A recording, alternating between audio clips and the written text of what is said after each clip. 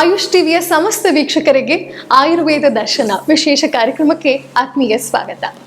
ವೀಕ್ಷಕರೇ, ಕಳೆದ ಸಂಚಿಕೆಗಳಲ್ಲಿ ಆಯುರ್ವೇದದ ಇತಿಹಾಸವೇನು, ಆಯುರ್ವೇದದ ಮಹತ್ವವೇನು, ಹಾಗೆ ಪುರಾಣದಲ್ಲಿ ವೇದಗಳಲ್ಲಿ ಆಯುರ್ವೇದದ ಬಗ್ಗೆ ಏನೆಲ್ಲ ಉಲ್ಲೇಖವಾಗಿದೆ ಅನ್ನೋದನ್ನ ತಿಳ್ಕೊಂಡಿದ್ವಿ. ಇನ್ನು ಇಂದಿನ ಸಂಚಿಕೆಯಲ್ಲಿ ಆಯುರ್ವೇದ ಮನುಕುಲಕ್ಕೆ ನೀಡಿರುವಂತಹ ಕೊಡುಗೆಯ ಬಗ್ಗೆ ವಿವರವಾಗಿ ತಿಳಿಸಲಿದ್ದಾರೆ.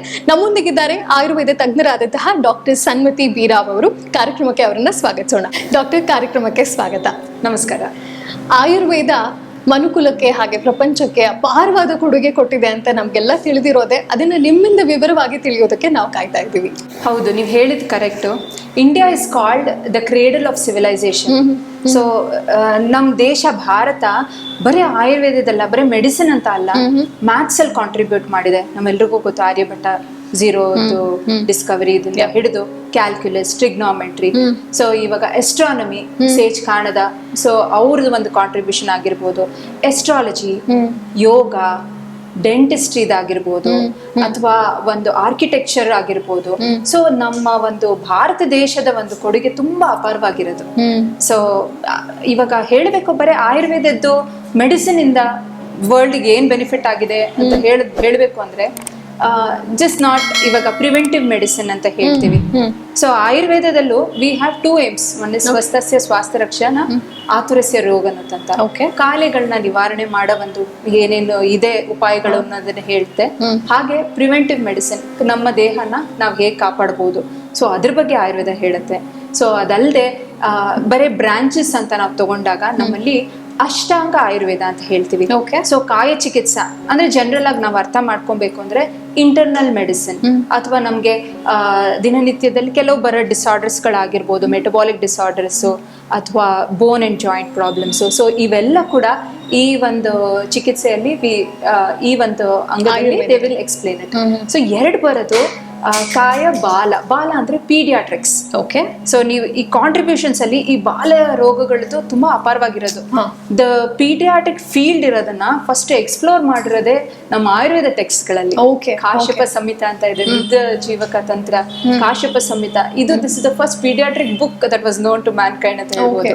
ಇಲ್ಲಿ ಮಕ್ಕಳಲ್ಲಿ ಬರೋ ಕಾಯಿಲೆಗಳು, ಅದಕ್ಕೆ ಏನ್ ನಿವಾರಣೆ, ಹಾಗೆ ಕೆಲವು ಔಷಧಿಗಳ ಬಗ್ಗೆ, ಸೊ ಅದನ್ನ ನಾವು ಹೇಗೆ ದಿನನಿತ್ಯದಲ್ಲಿ ಉಪಯೋಗಿಸ್ತಾ ಇದ್ರೆ ಹೇಗೆ ಅದು ರಸಾಯನವಾಗಿ ಕೆಲಸ ಮಾಡುತ್ತೆ, ಸೊ ಇದ್ರ ಬಗ್ಗೆ ಎಕ್ಸ್ಪ್ಲನೇಷನ್ ಎಲ್ಲ ಇದೆ. ಹಾಗೆ ಇವಾಗ ಸ್ವರ್ಣ ಅಥವಾ ಗೋಲ್ಡ್ ಅನ್ನ ನಾವು ಹೇಗೆ ಉಪಯೋಗಿಸ್ಬೋದು, ನಾವು ಇಂಟರ್ನಲ್ ಆಗಿ ತಗೋಬೇಕು ಅಂದಾಗ ಅದನ್ನ ಯಾವ ರೀತಿ ಅದನ್ನ ನಾವು ಶೋಧನೆ ಮಾಡಿ ಅದನ್ನ ಭಸ್ಮ ರೂಪದಲ್ಲಿ ನಾವು ತಗೊಂಡ್ರೆ ಅದರಿಂದ ನಮ್ಮ ದೇಹಕ್ಕೆ ಯಾವ ರೀತಿ ಅನುಕೂಲ ಆಗುತ್ತೆ ಅದ್ರ ಬಗ್ಗೆ ಎಕ್ಸ್ಪ್ಲನೇಷನ್ಸ್ ಗಳಾಗಿರ್ಬೋದು. ನ್ಯಾನೋ ಮೆಡಿಸಿನ್ ಅಂತ ನೀವು ಕೇಳಿರ್ಬಹುದು, ಇತ್ತೀಚೆಗೆ ಬಂದಿರೋದು. ಸೊ ನ್ಯಾನೋ ಮೆಡಿಸಿನ್ ನ ಎಕ್ಸ್ಪ್ಲೇನ್ ಮಾಡಿರೋದು ರಸಶಾಸ್ತ್ರದಲ್ಲಿ, ಆಯುರ್ವೇದದಲ್ಲಿ. ಸೊ ಇದು ಬರೀ ಚಿಕ್ಕ ಒಂದು ಅಲ್ಪ ಪ್ರಮಾಣದಲ್ಲಿ ಇಲ್ಲಿ ಇದನ್ನ ಔಷಧಿನ ಕೊಡೋದು ಬೇಗ ಕೆಲಸ ಮಾಡುತ್ತೆ. ಕಾಯಿಲೆನ ನಿವಾರಣೆ ಮಾಡೋ ಶಕ್ತಿ ಕೂಡ ಅಷ್ಟೇ ಅದ್ಭುತವಾಗಿದೆ. ಸೊ ಅದ್ರ ಬಗ್ಗೆ ಎಕ್ಸ್ಪ್ಲನೇಷನ್ ಕೂಡ ಫಸ್ಟ್ ಬಂದಿರೋದು ಆಯುರ್ವೇದದಿಂದಾನೆ.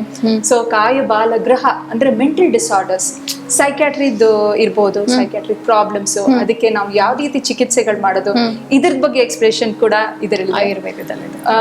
ಮತ್ತೆ ಇವಾಗ ENT ಅಂತ ಹೇಳ್ಬೋದು, ಅಥವಾ ಊರ್ಧ್ವಾಂಗ ಅಂದ್ರೆ ನಮ್ಮ ಇದು ನೆಕ್ ಮತ್ತೆ ಹೆಡ್ ರೀಜನ್ ಅಲ್ಲಿ ಬರ್ತಕ್ಕಂಥ ಕಾಯಿಲೆಗಳು, ಕಣ್ಣಿನ ತೊಂದರೆಗಳಾಗ್ಬೋದು, ಮೂಗಿನ ಸಮಸ್ಯೆಗಳಾಗಿರ್ಬೋದು, ಹಲ್ಲಿಂದು, ಕಿವಿಯ ತೊಂದರೆಗಳು. ಸೊ ಇದ್ರದ ಬಗ್ಗೆ ಎಕ್ಸ್ಪ್ಲನೇಷನ್. ಹಾಗೆ ಕೆಲವು ನಮ್ಮ ಟೆಕ್ಸ್ಟ್ ಬುಕ್ಸ್ ಗಳಲ್ಲಿ ಈ ಆಪರೇಷನಲ್ ಟೆಕ್ನಿಕ್ಸ್ ಅಲ್ಲಿ ಹೇಳುವಾಗ ಕೂಡ ಹೇಗೆ ಒಂದು ಮೂಗಿನ ದ್ವಾರದ ಮೂಲಕ ಹೇಗೆ ಒಂದು ಸರ್ಜರಿನ ಮಾಡ್ತಿದ್ರು ಅದ್ರ ಬಗ್ಗೆ ಎಕ್ಸ್ಪ್ಲನೇಷನ್ ಇದೆ. ಹಾಗೆ ನಾನು ಅವಾಗಲೇ ಹೇಳಿದ ತರ surgeries, so that has been explained.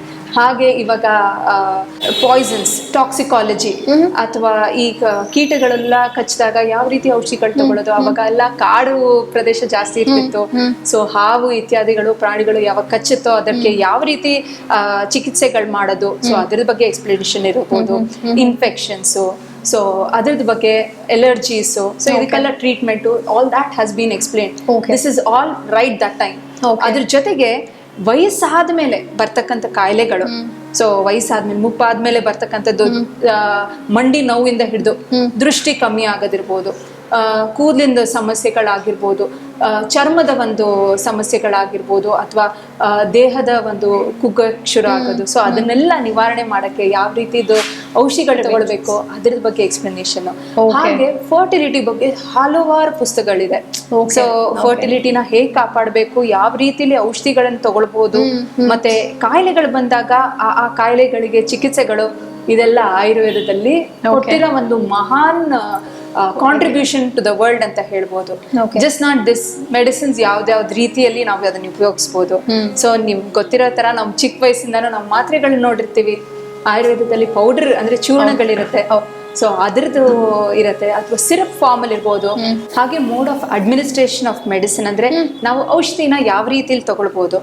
ಒಂದು ಔಷಧಿನ ಹಚ್ಕೊಳ್ಳೋದಾಗ್ಬೋದು, ಮೂಗಿನಿಂದ ಔಷಧಿ ಹಾಕೋದಾಗ್ಬೋದು, ಕಣ್ಣಿಗೆ ಸಂಬಂಧಪಟ್ಟಿರೋದು ಕಣ್ಣಿಗೆ ಔಷಧಿಗಳ ಹಾಕೋದಾಗ್ಬೋದು. ಹಾಗೆ ಪಂಚಕರ್ಮ ಅಂತ ಹೇಳ್ತೀವಿ ನಾವು, ವಮನ, ವಿರೇಚನ, ಸೊ ಬಸ್ತಿಗಳು ಅಂದ್ರೆ ದೋಷಗಳನ್ನ ದೇಹದಿಂದ ಹೇಗ್ ತೆಗೆಯೋದು.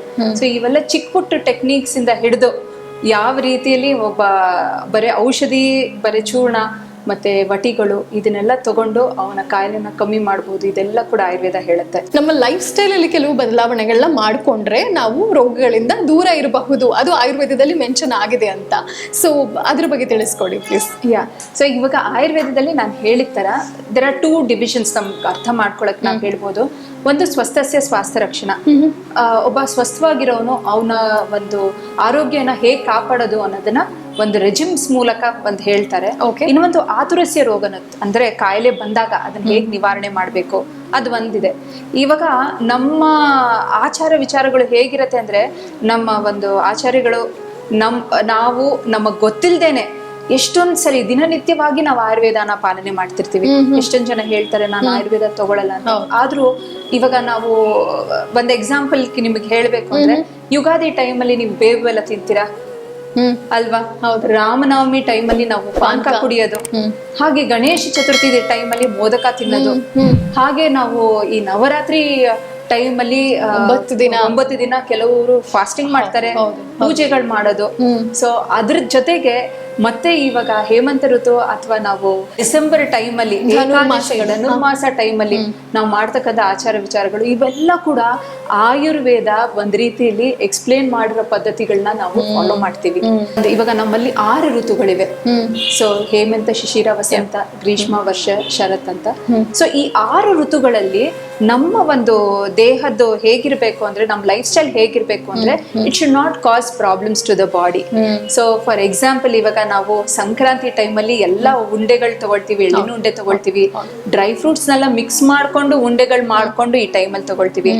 ಅದನ್ನೇ ನಾವು ಗಣೇಶ ಚತುರ್ಥಿ ಟೈಮಲ್ಲಿ ತಗೊಳಲ್ಲ, ಅಥವಾ ರಾಮನವಮಿ ಟೈಮಲ್ಲಿ ತಗೊಳಲ್ಲ. ಈಗ ರಾಮನವಮಿ ಟೈಮಲ್ಲಿ ಮಾಡ್ತಕ್ಕಂಥ ಪಾನಕಗಳನ್ನ ನಾವು ಸಂಕ್ರಾಂತಿ ಟೈಮಲ್ಲಿ ತಗೊಳಲ್ಲ. ಆದ್ರೆ ನಾವು ಶುಗರ್ ಕೇನ್ ಉಪಯೋಗಿಸ್ತೀವಿ ಸಂಕ್ರಾಂತಿ ಟೈಮಲ್ಲಿ, ಹಾಗೆ ನಾವು ಈ ಉಂಡೆಗಳನ್ನೆಲ್ಲ ತಿಂತೀವಿ. ಸೊ ಯಾಕೆ ಅದನ್ನ ಮಾಡೋದು ಅಂದ್ರೆ, ಈ ಎಳ್ಳು ನೀವು ನೋಡಿರ್ಬೋದು. ಸೊ ಎಳ್ಳಿನ ನಾವು ಅಂಶವನ್ನ ನಾವು ಈ ಟೈಮಲ್ಲಿ ತಗೊಳ್ತೀವಿ. So that it helps in digestion of the body. It helps to ಸಿ ನಮ್ ಅಗ್ನಿಯನ್ನ ಕಾಪಾಡಕ್ಕೆ ಅಂತ ಹೇಳಿ ನಾವು ಇದನ್ನ ಈ ಟೈಮಲ್ಲಿ ತಗೊಳ್ಳೋದು. ಇದು ತಗೊಳ್ಳೋದು ಈ ಹೇಮಂತ ಋತು ಅಲ್ಲಿ. ಯಾವಾಗ ಚಳಿಗಾಲ ಇರುತ್ತೋ ಅವಾಗ ಸಂಕ್ರಾಂತಿ ಟೈಮಲ್ಲಿ ನಾವು ಇದನ್ನ ತಗೊಳ್ತೀವಿ. ಸೊ ಅವಾಗ ದೇಹದ ಪರಿಸ್ಥಿತಿ ಹೇಗಿರುತ್ತೆ ಅಂದ್ರೆ, ಅಗ್ನಿ ಜೋರಾಗಿರುತ್ತೆ. ಸೊ ಆ ಅಗ್ನಿನ ಹಾಗೆ ಕಾಪಾಡಕ್ಕೆ ನಾವು ಅಷ್ಟೇ ನ್ಯೂಟ್ರಿಷಿಯಸ್ ಆಗಿರೋ ಫುಡ್ ನಾವು ತಗೊಳ್ಬೇಕು.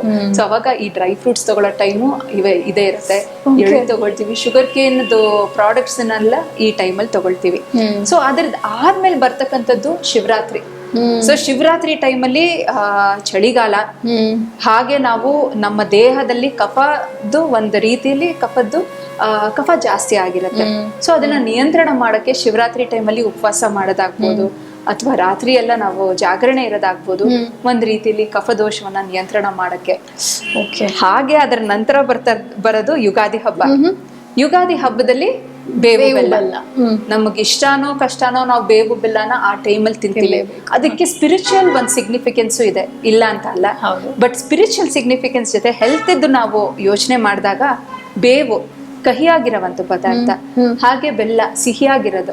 ಸೊ ಈ ಯುಗಾದಿ ಟೈಮಲ್ಲಿ ನಮ್ಮ ದೇಹದಲ್ಲಿ ಕಫದೋಷವು it is on its peak ಅಂದ್ರೆ ಸ್ವಲ್ಪ ಜಾಸ್ತಿ ಇರುತ್ತೆ. Okay. ಸೊ ಇದನ್ನ ಶಮನಗೊಳಿಸಕ್ಕೆ ನಾವು ಇಂಥ ಪದಾರ್ಥಗಳನ್ನ ಸೇವನೆ ಮಾಡಬೇಕು ಅಂತ. ಸೊ ಅದಕ್ಕೆ ಬೇವು ಬೆಲ್ಲ ಅಂತ ತಗೊಳ್ತೀವಿ, ಅಭ್ಯಂಗ ಸ್ನಾನಗಳನ್ನ ಮಾಡ್ಕೊಳ್ತೀವಿ. ಸೊ ಇವೆಲ್ಲ ಚರ್ಮ ಕಾಯಿಲೆಗಳು ಈ ಟೈಮಲ್ಲಿ ಹೆಚ್ಚಾಗತ್ತೆ ಅನ್ಬಿಟ್ಟು ಬೇವಿದ್ದು, ಇವಾಗ ಬೇವು ಎಲ್ರಿಗೂ ಗೊತ್ತಿರೋದು, it has a lot of antiseptic properties. ಕ್ರಿಮಿ ನಾಶ ಮಾಡಕ್ ಅದನ್ನ ಉಪಯೋಗಿಸ್ತೀವಿ. ಸೊ ಅದ್ರದ್ದು ಒಂದು we need to use that during this time ಅಂತ ಹೇಳಕ್ಕಾದ್ರೆ. ಅದ್ರದ್ದು ಆದ್ಮೇಲೆ ಬರ್ತಕ್ಕಂಥದ್ದು ರಾಮನವಮಿ. ಸೊ ರಾಮನವಮಿಯಲ್ಲಿ ಬಿಸಿಲು ಇನ್ನೇನು ಶುರು ಆಗತ್ತೆ, ಹೆಚ್ಚಾಗಕ್ ಶುರು ಆಗತ್ತೆ. ದೇಹದ ಪರಿಸ್ಥಿತಿಯಲ್ಲಿ ನಮ್ಮ ಬಾಡಿ ಡಿಹೈಡ್ರೇಟ್ ಆಗ್ಬೋದು. ಸೊ ಹೈಡ್ರೇಷನ್ ಅನ್ನ ಕಾಪಾಡ್ಕೊಳ್ಳೋಕೆ ನಾವು ಪಾನಕಗಳನ್ನ, ಕೋಸಂಬರಿಯನ್ನ, ದೇಹವನ್ನ ತಂಪಾಗಿಡ್ಸ್ಕೊಳ್ಳೋ ಆಹಾರ ಪದಾರ್ಥಗಳನ್ನ ತಗೊಳ್ತೀವಿ. ಸೊ ಅದ್ರದ್ದು ಆದ್ಮೇಲೆ ಬರ್ತಕ್ಕಂಥದ್ದು ಇವಾಗ ಗಣೇಶ ಚತುರ್ಥಿ ಆಗಿರ್ಬೋದು, ಮೋದಕಗಳನ್ನ ಉಪಯೋಗಿಸ್ತೀವಿ. ಗಣೇಶನ್ಗೆ ತುಂಬಾ ಇಷ್ಟವಾಗಿರೋ ಮೋದಕ. ಸೊ ಅದ್ರಲ್ಲೂ ಬೇಯಿಸಿರೋ ಮೋದಕನ್ನ ಜಾಸ್ತಿ ಇಂಪಾರ್ಟೆನ್ಸ್ ಕೊಡ್ತಾರೆ. ಸ್ಟೀಮ್ಡ್ ಮಳೆಯ ಕಾಲ. ಸೊ ಮಳೆ ಕಾಲದಲ್ಲಿ ಈ ದೋಷಗಳನ್ನ, ವಾತ ದೋಷವನ್ನ ನಿಯಂತ್ರಣ ಮಾಡಕ್ಕೆ ಅಂತ ಹೇಳಿ ಈ ತರ ಬೇಯಿಸಿರೋ ಮೋದಕಗಳನ್ನ ತಗೊಳ್ಬೇಕು ಅಂತ ಆಯುರ್ವೇದ ಸಜೆಸ್ಟ್ ಮಾಡುತ್ತೆ. ಎಲ್ರಿಗೂ ತುಂಬಾನೇ ಅದು ಒಂದು ವಾತಾವರಣದಲ್ಲಿ ಇಟ್ ಫೀಲ್ಸ್ ಸಂತೋಷ ಇದೆ. ಸೊ ಈ ಟೈಮಲ್ಲೂ ಕೂಡ ನಾವು ಯಾವ ರೀತಿದು ಅಭ್ಯಂಗಗಳು ಮಾಡ್ಕೊಳ್ಳೋದಿರ್ಬೋದು, ದೇಹಕ್ಕೆ ಎಣ್ಣೆ ಹಾಕೊಂಡು ಮಸಾಜ್ಗಳು ಮಾಡ್ಕೊಳ್ಳೋದಾಗ್ಬೋದು, ಅಥವಾ ನಾವು ತಗೊಳ್ಳೋ ಆಹಾರ ಪದಾರ್ಥಗಳು ಕೂಡ, ಇವೆಲ್ಲ ಕೂಡ ಈ ಒಂದು ಸಮಯದಲ್ಲಿ ನಮ್ಮ ದೋಷಗಳನ್ನ ನಿಯಂತ್ರಣ ಮಾಡಕ್ಕೆ ನಾವು ಫಾಲೋ ಮಾಡೋದು. ಅದ್ರದ್ದಾದ್ಮೇಲೆ ಬರೋದು ಧನುರ್ಮಾಸ. ಧನುರ್ಮಾಸದಲ್ಲಿ ನೀವು ಪದ್ಧತಿಗಳು ನೋಡಿದಾಗ ಹೇಗಿರುತ್ತೆ ಅಂದ್ರೆ, ಬೆಳಗಿನ ಸಮಯದಲ್ಲಿ ಅಂದ್ರೆ ಬ್ರಾಹ್ಮಿ ಮುಹೂರ್ತದಲ್ಲಿ ನಾವು ಎದ್ದು ನಾವು ದೇವಸ್ಥಾನಕ್ಕೆ ಹೋಗಿ, ಅಲ್ಲಿ ಅದು ಬೇರೆ ನಮ್ಮ ಒಂದು ಶುದ್ಧೀಕರಣ ಎಲ್ಲ ನಡೆದು ನಾವು ದೇವಸ್ಥಾನಕ್ಕೆ ಹೋಗಿ ನಮ್ಮ ಒಂದು ದೇವರ ಸಮರ್ಪಣೆ ಮಾಡ್ಕೊಂಡು ಆಮೇಲೆ ಅಲ್ಲೇ ಪ್ರಸಾದ ತಗೊಂಡು, ಬೆಳಗಿನ ಜಾವ ಪ್ರಸಾದ ತಗೊಂಡು ಬರೋದು ಒಂದು ಪದ್ಧತಿ ಇದೆ. This has a lot of importance. ಇವಾಗ ಈ ಕೆಲವರಿಗೆ ಈ ಚಳಿಗಾಲದಲ್ಲಿ ತುಂಬಾ ಚಳಿ ಇದ್ದಾಗ, ವಿಂಟರ್ ಟೈಮ್ ಅಲ್ಲಿ ಸ್ವಲ್ಪ ಮೂಡ್ಸ್ ಕೂಡ ಸ್ವಲ್ಪ ಲೋ ಇರುತ್ತೆ. They get into gloomy kind of weather ಇದ್ದಾಗ. ಸೊ ಆ ಒಂದು ಟೈಮ್ ಅಲ್ಲಿ ಬ್ರಹ್ಮ ಮುಹೂರ್ತದಲ್ಲಿ ಎದ್ದಾಗ ನಮಗೆ ಬೇಕಾಗಿರೋ ಒಂದು ಪಿತ್ತದ ಒಂದು ಶಕ್ತಿ ಇರ್ಬೋದು. ಸೊ ಅದನ್ನ ಒಂದು ಚೇತನಗೊಳಿಸುತ್ತೆ ಆ ಟೈಮ್ ಅಲ್ಲಿ. ಸೊ ಅದರಿಂದ ನಾವು ಯಾವಾಗ ಎದ್ದು ದೇವರಿಗೆ ಒಂದು ಸಮರ್ಪಣೆ, it gives a Boost of confidence ಆಗಿರ್ಬೋದು. ಸೊ ಹಾಗೆ ಆ ಹೇಮಂತ ಋತುವಲ್ಲಿ ಆ ಪೊಂಗಲ್ ಪ್ರಸಾದ ಏನಿದೆಯಲ್ಲ ಅದು ಪಥ್ಯ.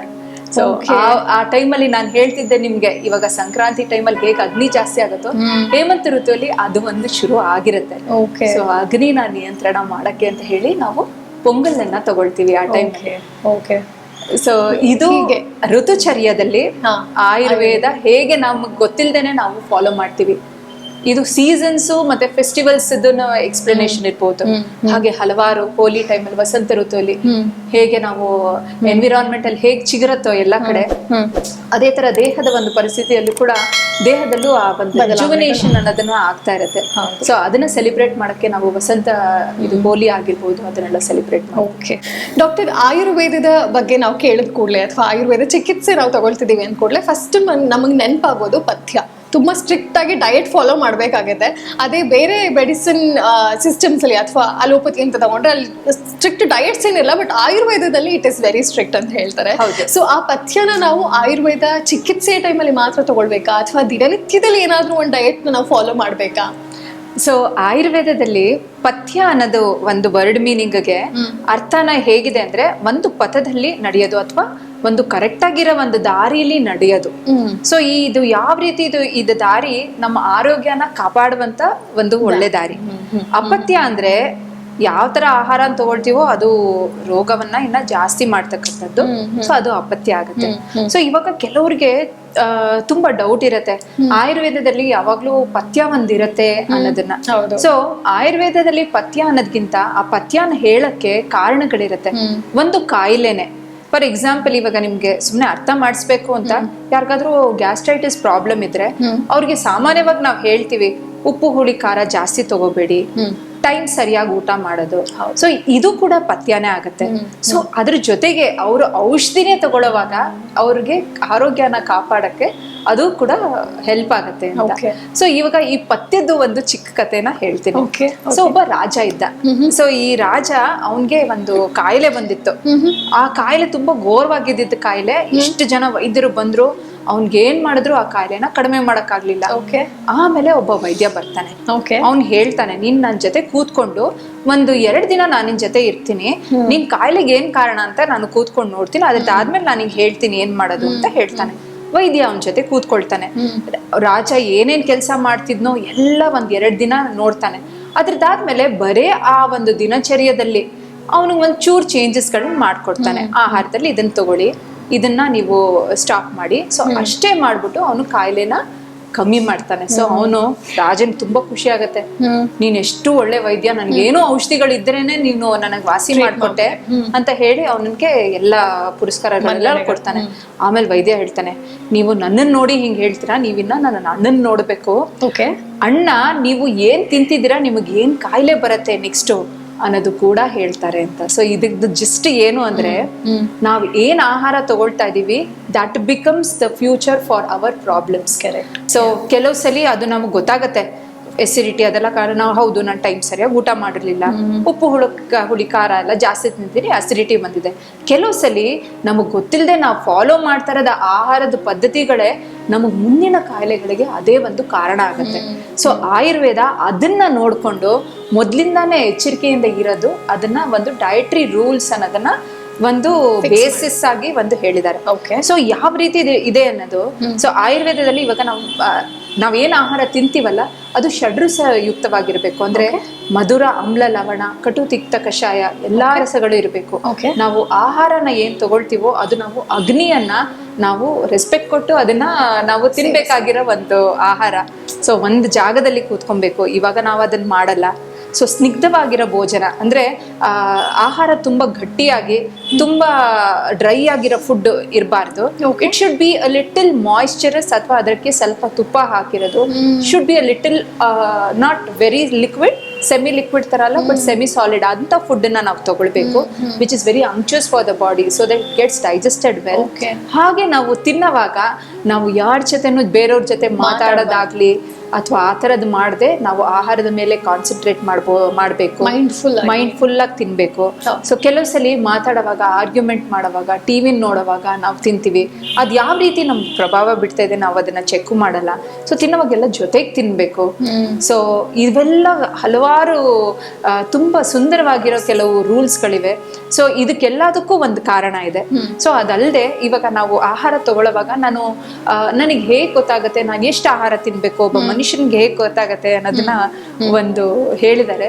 ನಮ್ಮ ಹೊಟ್ಟೆನ ನಮ್ಮ ಇಮ್ಯಾಜಿನೇಷನ್ ಡಿವೈಡೆಡ್ ಇಂಟು 4 parts, 4 ಭಾಗಕ್ಕೆ ಅದನ್ನ ಡಿವೈಡ್ ಮಾಡಬೇಕು.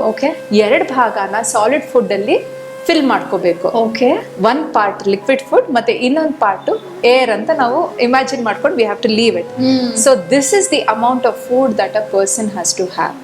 ಸೊ ನಾವು ಇತ್ತೀಚೆಗೆ ಹೊಟ್ಟೆ ತುಂಬಾ ಊಟ ಮಾಡೋದು,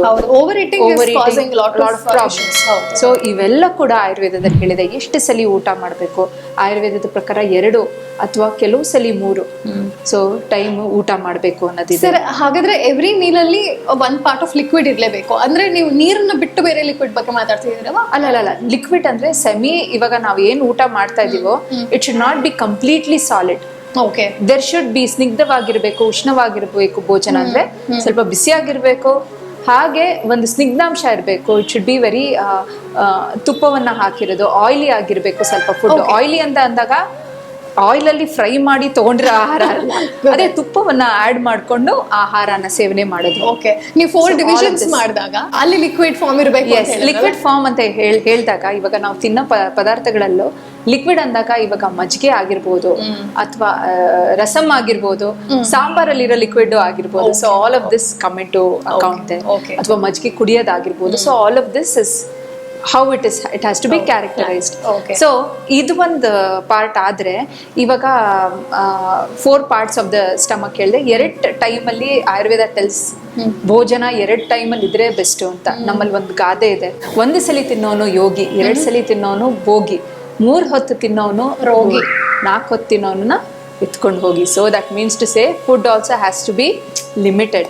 ಸೊ ಒಂದ್ ಹೊತ್ತು ನಾವ್ ಯಾವಾಗ ತಿಂತೀವೋ ಅದು ಯೋಗಿಗಳಿಗೆ ಅದು ತುಂಬಾನೇ ಸೂಕ್ತವಾಗಿರೋದು. ಯಾಕಂದ್ರೆ ಅವ್ರದ್ದು ಕಾನ್ಸಂಟ್ರೇಷನ್ಸ್ ಅವೆಲ್ಲ ಇರೋದು more than the physical body on the mental frame where the mind is on more of activation. So bhogi is 2 times. So for all of us 2 times is what is very ಸೂಕ್ತವಾಗಿರೋದು. So one is brunch ಅಂತ ನಾವು ಹೇಳ್ತೀವಲ್ಲ, ಆ ಒಂದು time ಅಲ್ಲಿ ತಗೊಳ್ಳೋ ಒಂದು ಆಹಾರ, ಮತ್ತೆ ಸನ್ಸೆಟ್. ಸೊ ಬಿಫೋರ್ ಸನ್ಸೆಟ್ ತಗೊಳ್ಳೋ ಒಂದು ಆಹಾರ, that is suppose to be very healthy. So but ಇಂದಿನ ಜೀವನ ಶೈಲಿಯಲ್ಲಿ ಅದನ್ನ ಪಾಲನೆ ಮಾಡೋದು ಕಷ್ಟ ಆಗಿರ್ಬೋದು. ಸೊ ಅವಾಗ ಒಂದು ಚಿಕ್ಕ ಪುಟ್ಟದಾಗಿರೋ ಒಂದು ಯುನೋ ಜ್ಯೂಸ್ ಆಗಿರ್ಬೋದು ಅಥವಾ salad, whenever you feel like ಅದನ್ನ ತಗೊಳ್ಬೋದು. ಸೊ ಈ ರೂಲ್ಸ್ಗಳು ಮಕ್ಕಳು ಮತ್ತೆ ವೃದ್ಧರಿಗೆ ಬಿಟ್ಟು ಮಿಕ್ಕಿರೋರೆಲ್ಲರೂ ಕೂಡ ಫಾಲೋ ಮಾಡ್ಬೋದು, ಮತ್ತೆ ಗರ್ಭಿಣಿಯರು. ಸೊ ಅವ್ರು ಬಿಟ್ಟು ಇನ್ನೆಲ್ಲರೂ ಫಾಲೋ ಮಾಡ್ಬೋದು. ಓಕೆ ಡಾಕ್ಟರ್, ಆಯುರ್ವೇದ ಅಂದ ಕೂಡಲೇ ಸುಮಾರು ನಂಬಿಕೆಗಳಿದೆ. ಆ ನಂಬಿಕೆಗಳು ಕೆಲವರು ಹೇಳ್ತಾರೆ ಮೂಢನಂಬಿಕೆಗಳು ಅಂತ. ಅಂದ್ರೆ ಒಂದು ಮಿತ್ ಅಂತ ಹೇಳ್ಬಹುದು, ಆಯುರ್ವೇದ ತುಂಬಾ ಸ್ಲೋ ಆಗಿ ಅದರ ರಿಸಲ್ಟ್ ನಾವು ಕಾಣ್ತೀವಿ ಅಂತ ಹೇಳ್ತಾರೆ, ಅಥವಾ ಲಿಮಿಟೇಷನ್ಸ್ ಇದೆ ಅಂತ ಹೇಳ್ತಾರೆ. ಅದನ್ನ ಕೆಲವರು ಸತ್ಯ ಅಂತ ಹೇಳ್ತಾರೆ, ಇನ್ನು ಕೆಲವರು ಇಲ್ಲ ಅದು ಸುಳ್ಳು ಅಂತಾನು ಕೂಡ ಹೇಳೋರಿದ್ದಾರೆ. ನಿಮ್ಮ ಪ್ರಕಾರ ಯಾವುದು ಮೂಢನಂಬಿಕೆ, ಯಾವುದು ಸರಿಯಾದ ನಂಬಿಕೆ? ಇವಾಗ ಆಯುರ್ವೇದ ತುಂಬಾ ನಿಧಾನ ಕೆಲಸ ಮಾಡುತ್ತೆ ಅಂತ ಸಾಕಷ್ಟು ಜನ ಬಂದು ಕೇಳ್ತಾರೆ, ಹೌದಾ ಇದು ಸತ್ಯನಾ ಹೇಗೆ ಅಂತ. ಸೊ ಇದಕ್ಕೆ ಒಂದು ಉತ್ತರ ನಾನು ಹೇಳಕ್ ಇಷ್ಟಪಡ್ತೀನಿ. ಆಯುರ್ವೇದದಲ್ಲಿ ಒಂದು ಬ್ರಾಂಚ್ ರಸಶಾಸ್ತ್ರ ಅಂತ ಇದೆ. ಓಕೆ. ಸೊ ಇದರಲ್ಲಿ ಒಂದು ಉಪಯೋಗಿಸೋ ಒಂದು ಭಸ್ಮಗಳಾಗಿರ್ಬೋದು, ಇದ್ರದ್ದು ಡಿಸೈನ್ ಆಗಿರೋದು ಯಾವ ಒಂದು ಕಾರಣಕ್ಕೆ ಅಂದ್ರೆ ಅಲ್ಪ ಮಾತ್ರ, ಒಂದು ಚಿಕ್ಕ ಒಂದು ಡೋಸೇಜ್ ಅಲ್ಲೇ ಸಮಯ ಜಾಸ್ತಿ ತಗೊಳ್ದಿರ ಕಮ್ಮಿ ಸಮಯದಲ್ಲಿ ಆರೋಗ್ಯನ ಅಥವಾ ರೋಗವನ್ನ ನಾಶ ಮಾಡಿ ಆರೋಗ್ಯನ ಮತ್ತೆ ಉತ್ತಮಗೊಳಿಸಕ್ಕೆ ಅಂತ ಹೇಳಿ ಇದು ಒಂದಿರೋದು ರಸಶಾಸ್ತ್ರದಲ್ಲಿ. ಸೊ ಇದರಲ್ಲಿ ಭಸ್ಮಗಳನ್ನು ಉಪಯೋಗಿಸ್ಗಳಾಗಿರ್ಬೋದು, ಚಿನ್ನದ ಭಸ್ಮದಿಂದ ಹಿಡಿದು ಎಲ್ಲಾ ತರದ್ದು ಶುದ್ಧೀಕರಣ ಮಾಡಿ ಈ ಪ್ರೊಸೀಜರ್ನ ಆಮೇಲೆ ಇದು ಉಪಯೋಗಿಸ್ಕೊಳ್ಳೋದಾಗಿರುತ್ತೆ. ಸೊ ಅದಲ್ಲದೆ ಕೆಲವ್ರು ಹೇಳ್ತಾರೆ ಆಯುರ್ವೇದ ಸ್ಲೋ ಆಗಿ ಕೆಲಸ ಮಾಡುತ್ತೆ ಅಂದ್ರೆ, ಹಲವು ಪರ ಏನಾಗಿರುತ್ತೆ ಅಂದ್ರೆ ಕಾಯಿಲೆಗಳಿಗೆ ಅದರದ್ದು ಮೂಲ ಸ್ಥಾನನ ನಾವು ನೋಡಕ್ಕೆ ಅದು ನೋಡ್ಲೇಬೇಕಾಗತ್ತೆ. ಸೊ ಆ ಒಂದು ನೋಡ್ಕೊಂಡು ಆಯುರ್ವೇದ ಅದ್ರ ಪ್ರಕಾರವಾಗಿ ಟ್ರೀಟ್ಮೆಂಟ್ ಕೊಡೋದಾಗತ್ತೆ. ಸೊ ಯಾವಾಗ ಮೂಲದಿಂದ ನಾವು ಔಷಧಿನ ಕೊಟ್ಟು ಕಾಯಿಲೆನ ಕಡಿಮೆ ಮಾಡ್ತೀವೋ ಅದು ಆಕ್ಚುಲಿ ಬೇಗ ಕೆಲಸ ಮಾಡುತ್ತೆ. ಯಾಕಂದ್ರೆ ಕಾಯಿಲೆನೆ ಪೂರ್ತಿ ಅದ್ರ ಗುಣದ ಸಮೇತ ಹೋಗುತ್ತೆ.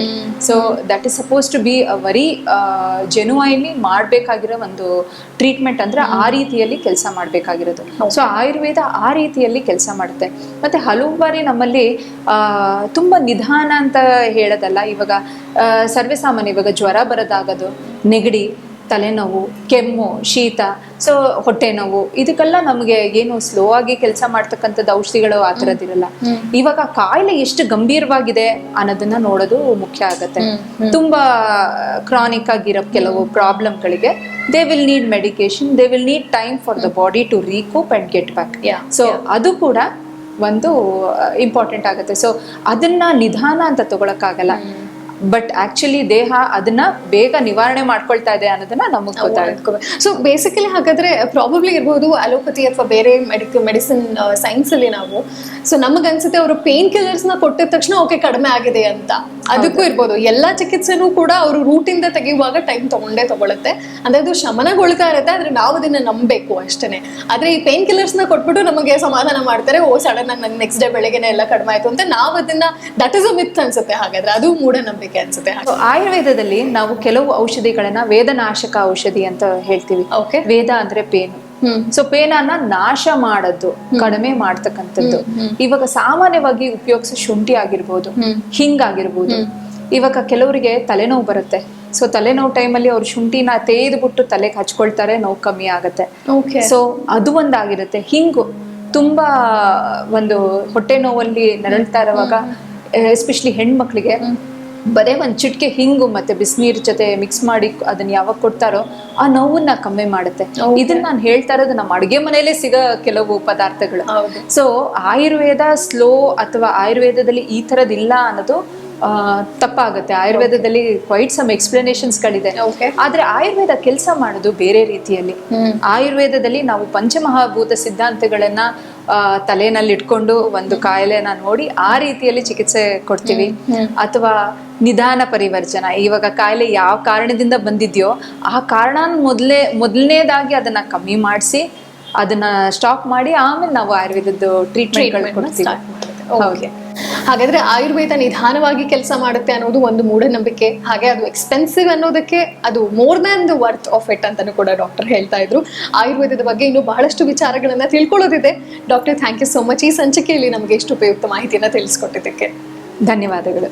ಮುಂದಿನ ಸಂಚಿಕೆಯಲ್ಲಿ ಭೇಟಿ ಮಾಡೋಣ ವೀಕ್ಷಕರೇ. ಆಯುರ್ವೇದದ ಮತ್ತಷ್ಟು ವಿಚಾರಗಳನ್ನ ತಿಳ್ಕೊಳ್ಳೋಣ. ಇದುವರೆಗೂ ಆಯುರ್ವೇದದ ಇತಿಹಾಸ ಹಾಗೆ ಮಹತ್ವಗಳನ್ನ ತಿಳ್ಕೊಂಡ್ವಿ. ಇನ್ನು ಮುಂದಿನ ಸಂಚಿಕೆಗಳಲ್ಲಿ ಯಾವ ರೋಗಕ್ಕೆ ಯಾವ ರೀತಿಯ ಮದ್ದುಗಳನ್ನ ಆಯುರ್ವೇದ ತಿಳಿಸ್ಕೊಟ್ಟಿದೆ ಅನ್ನೋದನ್ನ ತಿಳ್ಕೊತಾ ಹೋಗೋಣ. ನಮಸ್ಕಾರ.